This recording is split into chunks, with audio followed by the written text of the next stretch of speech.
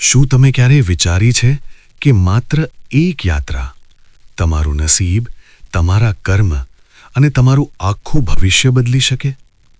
હજારો લોકો આજે પણ કહે છે, અષ્ટવિનાયક યાત્રા કર્યા પછી તેમનું જીવન પહેલાં જેવું રહ્યું જ નથી.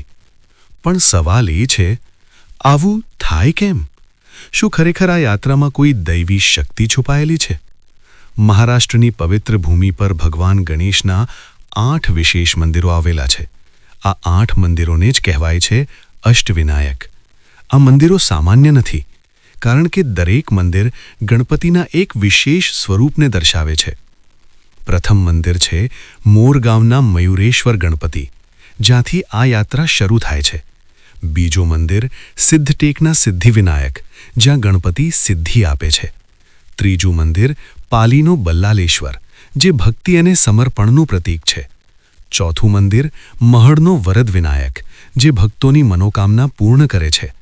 પાંચમું મંદિર થેવરનો ચિંતામણી, જે ચિંતા દૂર કરનાર ગણાય છે. છઠ્ઠું મંદિર લેણ્યાદ્રીનો ગિરિજાત્મજ, જ્યાં ગણપતિનો જન્મ થયો હોવાનું માનવામાં આવે છે. સાતમું મંદિર ઓઝરનો વિઘ્નેશ્વર, જે તમામ વિઘ્નો દૂર કરે છે. અને અંતમાં ફરીથી મોરગાંવના મયુરેશ્વર ગણપતિ, જ્યાં યાત્રા પૂર્ણ થાય છે. આ બતાવે છે કે જીવનની શરૂઆત પણ ગણપતિથી છે અને અંત પણ ગણપતિમાં જ. પુરાણોમાં કહેવામાં આવ્યું છે કે આ દરેક સ્થળે ભગવાન ગણેશે અલગ અલગ લીલાઓ કરી છે.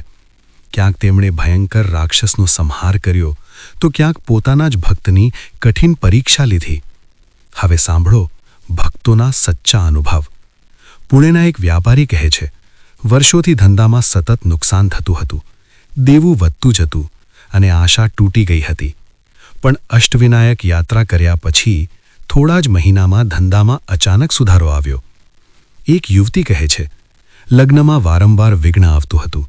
દરેક સંબંધ કોઈને કોઈ કારણે તૂટી જતો. યાત્રા પૂર્ણ કર્યા પછી માત્ર 3 મહિનામાં લગ્ન નક્કી થઈ ગયા. હવે કહો, આને સંયોગ કહેશો કે ગણપતિનો ચમત્કાર? સાચું રહસ્ય મંદિરોમાં નથી. સાચું રહસ્ય છુપાયેલું છે યાત્રાની પ્રક્રિયામાં. જ્યારે તમે એક પછી એક 8 મંદિરોમાં માથું ઝુકાવો છો, ત્યારે તમે માત્ર દર્શન નથી કરતા. તમે ધીમે ધીમે તમારો અહંકાર, તમારો ડર અને તમારા નકારાત્મક કર્મો છોડી રહ્યા હો. ગણપતિ વિઘ્નહર્તા છે, પણ તેઓ એ જ ભક્તના વિઘ્ન દૂર કરે છે જે પોતે બદલાવ લાવવા તૈયાર હોય. પણ અહીં એક ચેતવણી પણ છે. જો આ યાત્રા માત્ર ફોટા, રીલ્સ અને દેખાવ માટે કરવામાં આવે તો કોઈ પરિણામ મળતું નથી. ક્રમ, સંયમ અને સંપૂર્ણ શ્રદ્ધા, આ ત્રણેય અનિવાર્ય છે. નહીં તો આ યાત્રા માત્ર એક પ્રવાસ બની રહે છે. હવે પ્રશ્ન તમારી સામે છે. જો ભગવાન જાતે તમને તમારું ભાગ્ય બદલવાનો એક અવસર આપે, તો શું તમે આ યાત્રા કરશો? કમેન્ટમાં જરૂર લખજો.